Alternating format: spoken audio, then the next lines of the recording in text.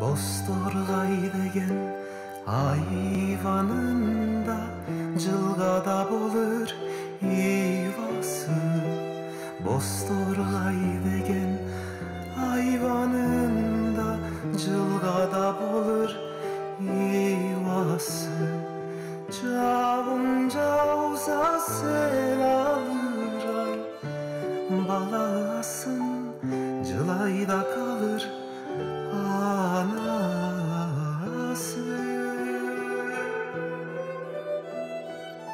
Çavunca uza sel alır ay.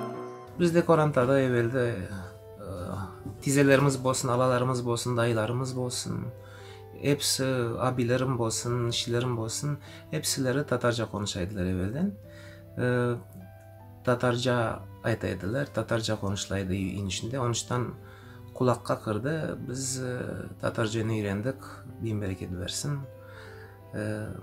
Bazıları Tatarca pek bilmiyorlar ama biz öğrenip kalgamız.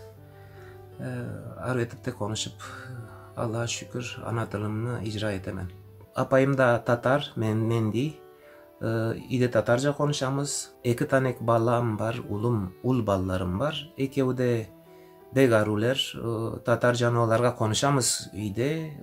Onlar bizge Kazakça bazen cevap berem bizge ama biz kene onlarga Tatarca aytamiz. Barem kulaklarına kire Tatarca da konuşalar sağ bolsunlar ekevi de.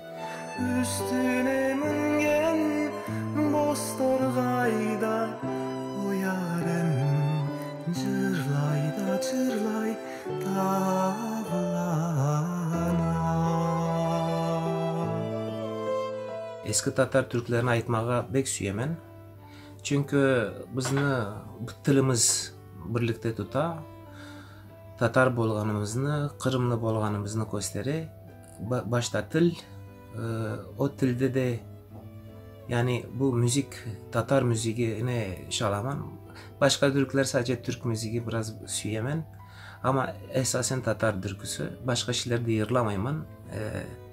Çünkü ben yırcıt olman, türkücüt olman, süygen şeylerimi yırlayman. Ben de bu Tatarlık türkülerini bek süyem. Onun için bolarını yırlayman.